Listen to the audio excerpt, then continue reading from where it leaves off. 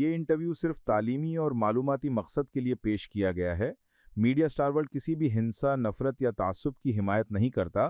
یہاں پیش کیے گئے خیالات مہمان کے اپنے ہیں، چینل ان سے ضروری نہیں کہ اتفاق رکھے۔ ہلو، نمسکار، آداب، ست شری اکال اور السلام علیکم۔ میں ہوں محمد احمد کاظمی، لے کر آیا ہوں آپ کا پسندیدہ کارکرم آپ کے روبرو۔ آج بہت اہم دن ہے، اس لیے کہ تہران میں 25 سال سے رہنے والے بھارتی جرنلسٹ احمد عباس صاحب ہماری اسٹوڈیو میں ہیں۔ آج دلی میں آپ تشریف رکھتے ہیں، انہیں ہم نے ریکویسٹ کی اور وہ تشریف لائے، ہم ان کے بہت شکر گزار ہیں۔ احمد عباس صاحب سے آپ پہلے بھی واقف ہیں، ان کے کئی انٹرویو آپ دیکھ چکے ہیں، اور Iran radio Hindi YouTube channel ان کا ہے جو تہران سے چلاتے ہیں، وہ بھی ویڈیوز آپ نے ضرور دیکھی ہوں گی، ہم نے کئی بار لنک دیا ہے۔ آج بھی ویڈیو کے ساتھ ہم ایران ریڈیو ہندی کا لنک بھی دیں گے تاکہ آپ ان کی ویڈیو اور بھی دیکھ سکیں۔ آج احمد عباس صاحب سے میں یہ جاننا چاہوں گا کہ اب سے پہلے پچھلے کچھ ہفتوں سے ایران کے کچھ ذمہ داران بار بار کہتے رہے ہیں کہ ہم نے تیاری کی ہے، اگر ہمارے خلاف کوئی جنگ چھڑی تو ہم بہت تباہ کر دیں گے اور ختم کر دیں گے وغیرہ وغیرہ۔ یہ الفاظ میرے ہیں، ان کے نہیں ہیں، لیکن یہ ایک سینس نکل کے آتی ہے کہ وہ اس بار اسرائیل کے خاتمے کے لیے شاید بیٹھے ہوئے ہیں۔ ادھر اب اسرائیل سے بیان آنے شروع ہو گئے ہیں کہ ہم پر ایران حملہ کر سکتا ہے، یعنی اب کچھ دونوں طرف یا تو خوف کا ماحول ہے یا اپنی وہ تیاری کا اشارہ دے رہے ہیں۔ اسرائیل کی تو تیاری اپنی کیا ہے، اس کے ساتھ اگر امریکہ نہ کھڑا ہو تو شاید وہ ایک دن بھی اپنے پیروں پر کھڑا نہیں رہ سکتا۔ کیا کچھ ہیں اس علاقے کے حالات، ایران میں اب کس طرح سے لوگ سوچ رہے ہیں، سمجھ رہے ہیں، حالات کس طرف جائیں گے؟ جنگ کے دوران آپ وہیں تھے جب وہ 12 دن کی جنگ تھی، اس دوران بھی ہم نے آپ سے ملاقات کرائی تھی۔ احمد عباس صاحب، ویلکم ہے آپ کا، میڈیا اسٹار ورلڈ کو آپ نے وقت دیا، آپ تشریف لائے۔ شکریہ آپ کا بہت۔ آپ یہ بتائیے کہ اب کیا حالات لگتے ہیں؟ یہ اسرائیل کی طرف سے اب اس قسم کے بیان آنا کہ ایران اگر حملہ کرے گا تو ہم جواب دیں گے، کیا وہ ڈیفینسو ہو کر کے یہ بات کہہ رہا ہے یا اس میں دھمکی شامل ہے؟ امریکہ کے اندر اسرائیل کے لیے وہ سپورٹ عوامی سطح پر نہیں ہے جو 2023 جب جنگ شروع ہوئی تھی، اسرائیل غزہ پر قتل عام، وہ اس طرح کی سپورٹ نہیں ہے۔ ممدانی جیسے لوگ جیت چکے ہیں، حالات بالکل بدل رہے ہیں۔ آپ اب کیسے دیکھ رہے ہیں کہ کس طرح سے یہ اب اسرائیل کچھ بدلتے ہوئے حالات کو ایکسیپٹ کر رہا ہے یا کیا صورت ہے؟ دیکھیے، اگر ہم اسرائیل کی طرف سے دیکھیں تو اسرائیل نے کیا کیا ہے کہ ایک ساتھ کئی محاذ کھول لیے ہیں۔ اس نے غزہ کا محاذ کھولا، غزہ میں جو اس نے آپریشن شروع کیا اور وہ اتنا لمبا چلا۔ اس نے لبنان کا محاذ کھولا، سیریا کا محاذ کھلا ہوا ہے، یمن کا محاذ کھلا ہوا ہے، عراق کا محاذ اسی طرح سے، ایران کا محاذ بھی اسی طرح سے۔ اگر آپ غور کیجئے تو آپ کو نظر آئے گا کہ یہاں تک کہ غزہ کا بھی جو محاذ ہے وہ بند نہیں ہوا، یعنی جو ٹارگٹ لے کے اسرائیل چلا تھا وہ پورا نہیں کر سکا۔ اس سارے کے بیچ میں ایک بڑا اہم محاذ ویسٹ بینک کا ہے۔ ویسٹ بینک کو اسرائیل بڑی کوشش کر رہا ہے اس کو ملانے کے لیے کہ وہ اسرائیل میں اسے ملا لیا جائے، یہ اس کے لیے بڑا اہم ہے۔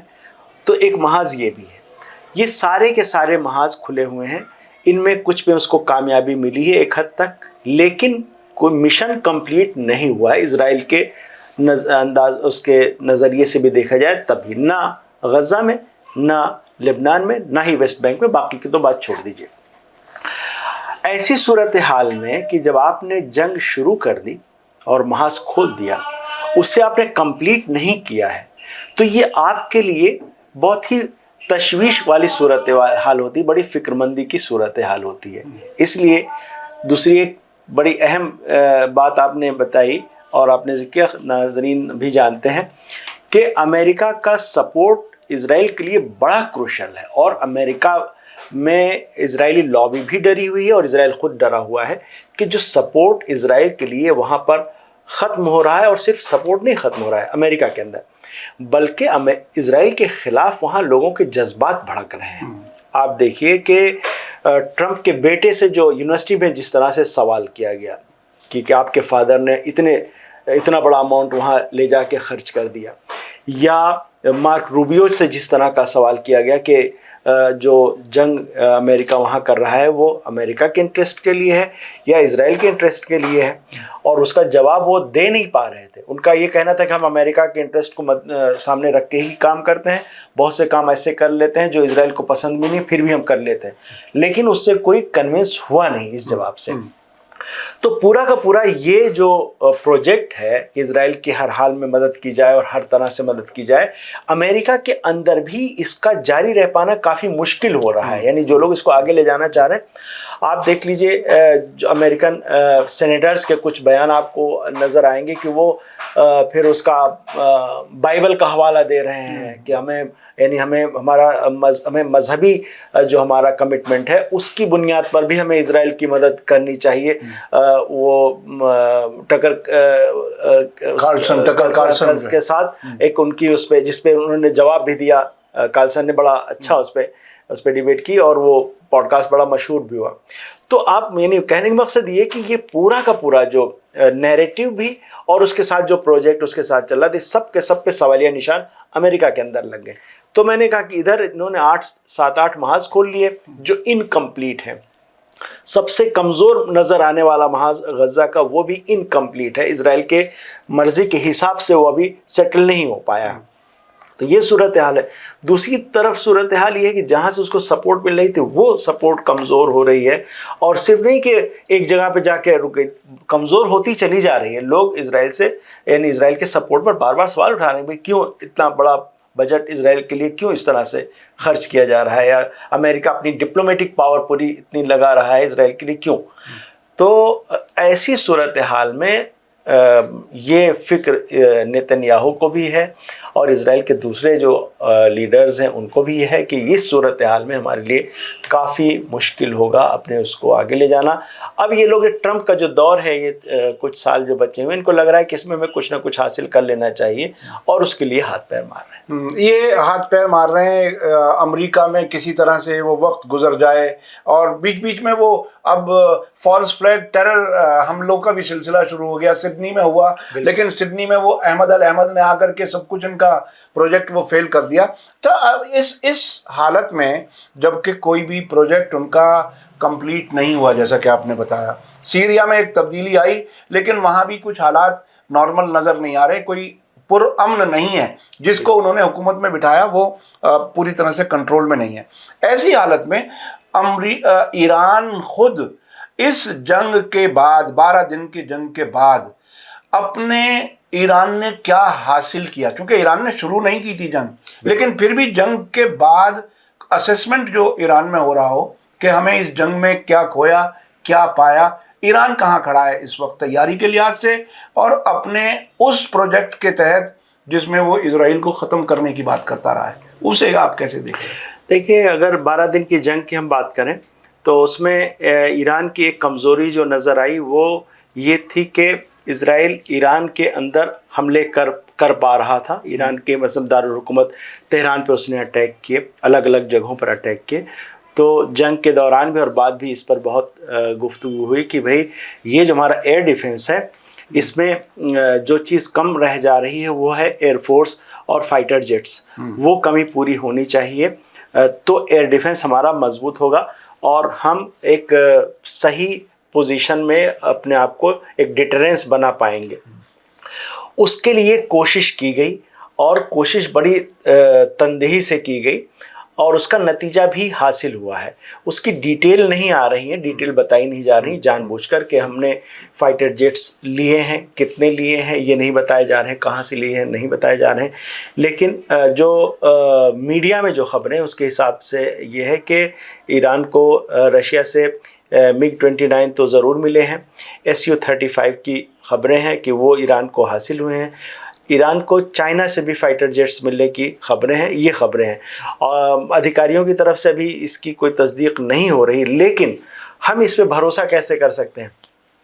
بھروسہ کرنے کی کچھ علامتیں ہیں جو نظر آتی ہیں۔ ایک تو یہ کہ جب 12 دن کی جنگ ختم ہو گئی، اور 12 دن کی جنگ کے دوران بھی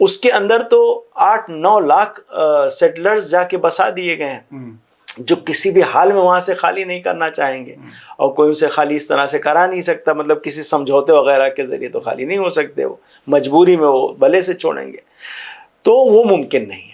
اب ان لوگ کا بھی یہ کہنا ہے، پھر ہمارے پاس یہ ہے کہ ایک ہی اسٹیٹ رہے، کہ فلسطینی بھی اس میں رہیں اور جو ہے وہ باہر سے جوز آئیں وہ بھی وہاں پر رہیں، تو وہاں پر ان کو یہ لگتا ہے کہ پھر اگر وہ فلسطینی بھی آ گئے جن کو یہاں سے باہر جانا پڑا ہے تو ان کی آبادی تو زیادہ ہو جائے گی، تو پھر یہ جوئش اسٹیٹ نہیں رہے گی، تو یہ بھی کوئی سولوشن نہیں رہ گیا ہے۔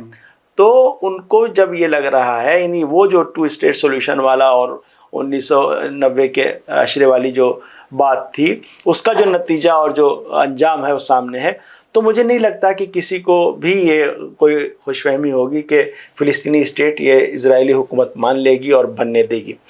وہ یہ بات اس لیے کہہ رہے ہیں کہ ان کو بھی پتہ ہے کہ ہمیں ہتھیار ہم نہیں ڈال سکتے، ابھی اس طرح کے حالات نہیں ہیں، اور ہتھیار رہیں گے، بے شک اس وقت ایک سخت وقت ہے حماس کے لیے، لیکن یہ کہ ان کو ایک ہم کو دوبارہ سے ہم ری گروپ ہوں گے، پھر سے آگے بڑھیں گے، چونکہ آپ دیکھیں تو حماس کا اس سے پہلے بھی، حماس تو مان لیجیے اس کی بعد میں اسے اسٹیبلش کیا شیخ احمد یاسین نے، اس سے پہلے اس کی جو فوجی شاخ ہے عز الدین قسام بریگیڈ، اس کی تاریخ اور بھی پرانی۔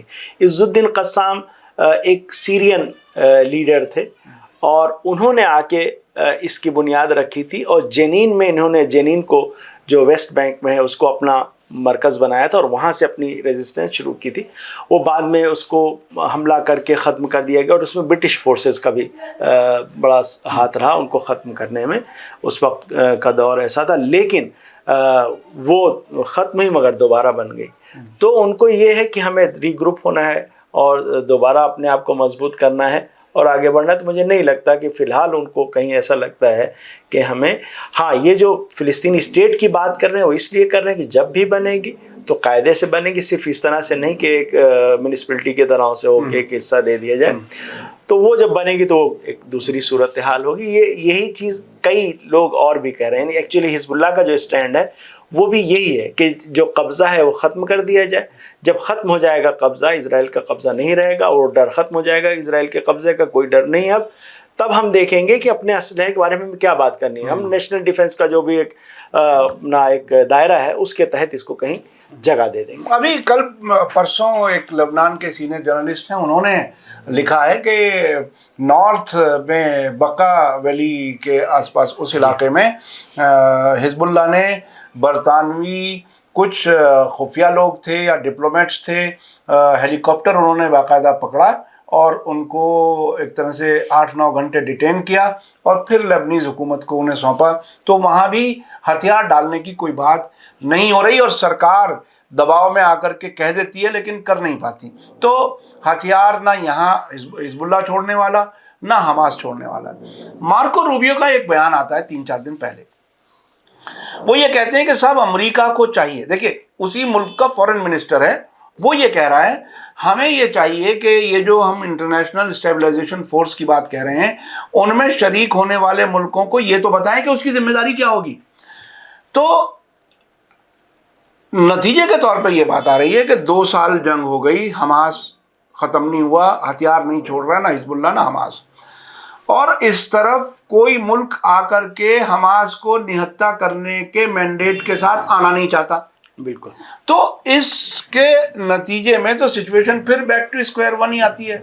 آپ کو کیا لگتا ہے کہ کوئی بھی دنیا کی کیا کوئی بھی طاقت، چونکہ جب ہم امریکہ اور اسرائیل سب ٹیسٹ ہو چکے تو ہم کہہ سکتے ہیں کہ کوئی بھی طاقت کیا ان سے ہتھیار چھین سکے گی؟ ان سے ممکن نہیں ہے۔ دیکھیے اصل میں ہتھیار کا اگر آپ ان میں تھوڑا ڈیپ میں جائیے، یعنی غزہ میں جو حماس اور حماس کے ہتھیار ہیں، تو آپ کو یہ نظر آئے گا کہ جو غزہ کی پبلک ہے، ایکچولی حماس میں اور پبلک میں ایک دوسرے کو الگ کر پانا بہت مشکل ہے، چونکہ وہ انہی لوگوں سے نکلے ہوئے لوگ ہیں، اور ان کو یہ پتہ ہے کہ ہمارے سامنے اسرائیل ہے، اسرائیل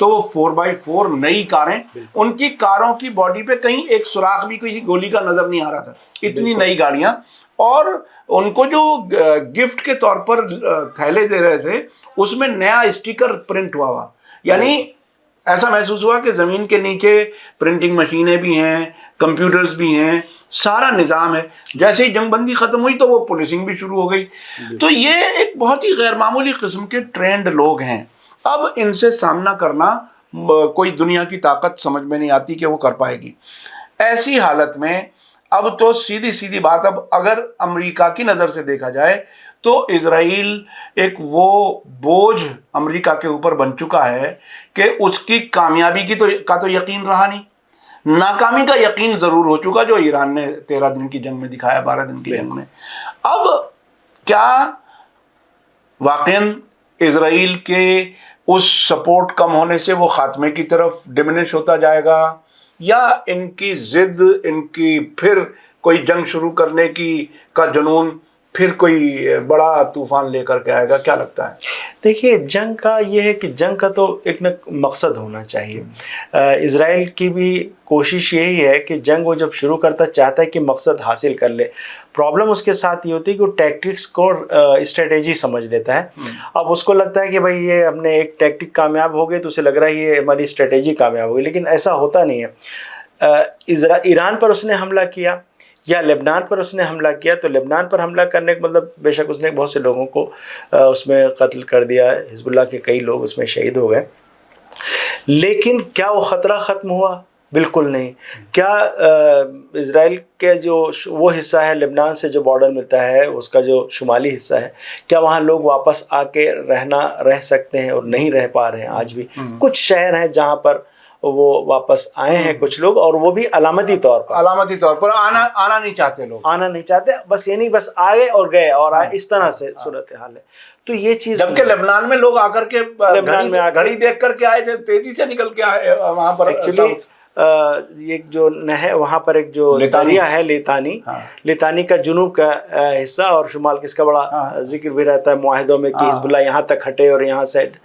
تو جو جنوب کا ہے لیتانی کے جنوب کا جو حصہ ہے، وہاں 8 لاکھ لبنانی رہتے ہیں. اس اتنے حصے میں 8 لاکھ لبنانی رہتے ہیں، اور وہ سب کے سب اپنی جگہ پہ موجود ہیں. ان کو اسرائیل وہاں سے ہٹا نہیں پا رہا ہے، جبکہ اسرائیل والے حصے میں لوگ نہیں آ پا رہے ہیں. تو اسرائیل اگر یہ جنگ کوئی بھی شروع کرنا چاہتا ہے، اس جنگ کا ایک مقصد ضرور اس کے نظر میں ہوگا کہ ہم یہ جنگ کریں گے، یہ حاصل ہو جائے گا. چونکہ جنگ میں ظاہر بے پناہ ریسورسز یوز ہوتے ہیں، اور وہ اچیو کرنے میں ناکام ہو رہا ہے. یعنی فائنل اچیومنٹ اسے نہیں ہو پا رہا ہے. ایک حد تک اسے فائدہ نظر آتا ہے، لیکن جو گول ہے وہ اچیو نہیں ہو پا رہا ہے کسی بھی طرح سے. اور اسی لیے اسرائیل پر دباؤ بھی، جو اسرائیل کے لیے جو سپورٹ ہے اس کے خلاف جو آواز اٹھ رہی ہے، اس کی وجہ بھی یہی ہے کہ یہ بار بار یہ ہو رہا ہے، اور لیکن ہدف کوئی پورا نہیں کر پا رہا ہے اسرائیل. اب نئی جنگ شروع کرنا. ایک چیز میں اور کہوں گا، ادھر حالیہ دنوں میں جنگ کی خبریں بہت زیادہ ہیں اسرائیل کے اندر. بہت اسرائیل سے جڑے جو میڈیا ہے اس سے بھی بہت زیادہ کہ اسرائیل یہ تیاری کر رہا ہے، ایسے کر رہا ہے.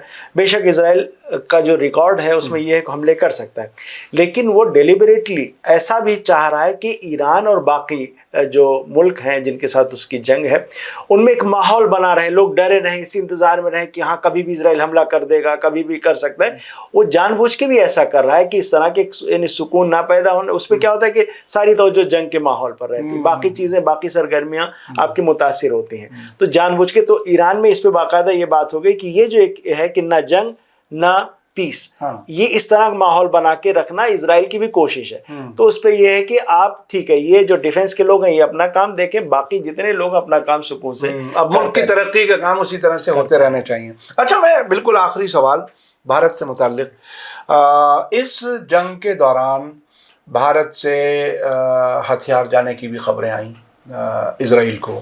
اسپین نے ایک بار جہاز روکا تھا بھارت کا. اڈانی کی کوئی کمپنی ہے حیدرآباد کے آس پاس، وہاں سے بھی کچھ ہتھیار بن کر کے جاتے رہے. کچھ لوگوں کا کہنا ہے کہ امریکہ کے بعد سب سے بڑا ہتھیاروں کا سپلائر بھارت رہا، پہلا یا دوسرا یا تیسرے نمبر کا. ان چیزوں پر کیا ایران کے میڈیا میں کبھی کچھ چرچا ہوتی رہی اس بیچ میں؟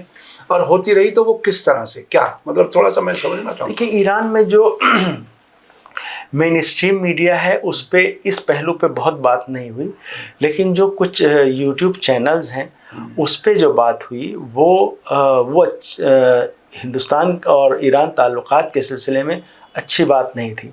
یعنی ہندوستان کے رول کو بہت ہی نیگیٹو اس میں دکھایا جا رہا تھا.